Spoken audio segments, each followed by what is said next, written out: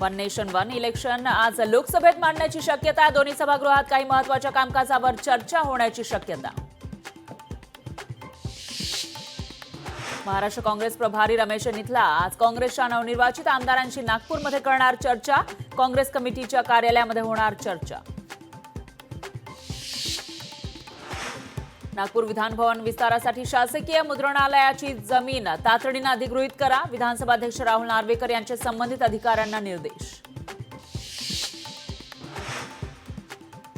मराठा आरक्षणासाठी मनोज रांगेंनी पुन्हा उपोषणाचा हत्यार उपसला. आज पत्रकार परिषद घेऊन आंदोलनाची तारीख जाहीर करणार.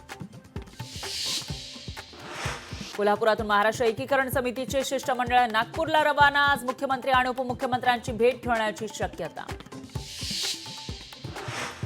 राज्यात आजही थंडीची लाट कायम. अहिल्यानगरमध्ये 5.5 अंश सेल्सिअस तापमान. कडाक्याच्या थंडीमुळे काही जिल्ह्यांना येलो अलर्ट जारी.